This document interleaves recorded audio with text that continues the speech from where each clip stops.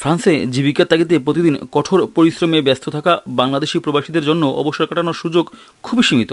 সে ব্যস্ততার মাঝেই কিছুটা স্বস্তি, আনন্দ ও মিলনমেলার উপলক্ষ তৈরি করতে প্যারিসের নিকটবর্তী ইপিনি সুকসন এলাকার মনোরম লেক পারে এক অনন্য বারবিকিউ পার্টির আয়োজন করেন একদল প্রবাসী রেমিটেন্স যোদ্ধা। দিনব্যাপী এই আয়োজনে ছিল সুস্বাদু বারবিকিউ, প্রাণবন্ত খোশ গল্প, হাসি, আড্ডা ও জমজমাট ফুটবল খেলা। কর্মব্যস্ত জীবনের ক্লান্তি ভুলে সবাই কিছু সময়ের জন্য ফিরে যান নির্মল আনন্দের পরিবেশে। পারস্পরিক সৌহার্দ্য, ভ্রাতৃত্ববোধ ও আন্তরিকতার বন্ধন আরও দৃঢ় করতে এমন আয়োজন গুরুত্বপূর্ণ। অংশগ্রহণকারীরা বলেন, প্রবাস জীবনে পরিবার পরিজন থেকে দূরে থেকে নিরলস পরিশ্রমের পাশাপাশি মানসিক প্রশান্তির প্রয়োজন রয়েছে। এ ধরনের মিলন মেলা শুধু বিনোদনের সুযোগই সৃষ্টি করে না, বরং প্রবাসীদের মধ্যে পারস্পরিক সম্পর্ক ও ঐক্যের বন্ধনকে আরও শক্তিশালী করে। আমরা ফ্রান্স প্রবাসী এই একটা বারবিকিউ অনুষ্ঠানের ব্যবস্থা করছি, সবাই খুব আনন্দের সাথে উদযাপন করলাম, খুব ভালো লাগছে।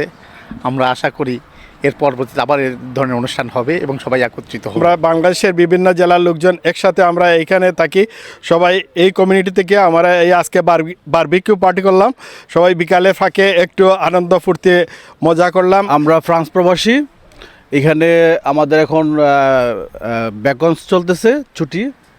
তো এই ছুটির সময় আমরা কিছু সময় আনন্দ করার জন্য সবাই একসাথে জড়ো হয়েছি।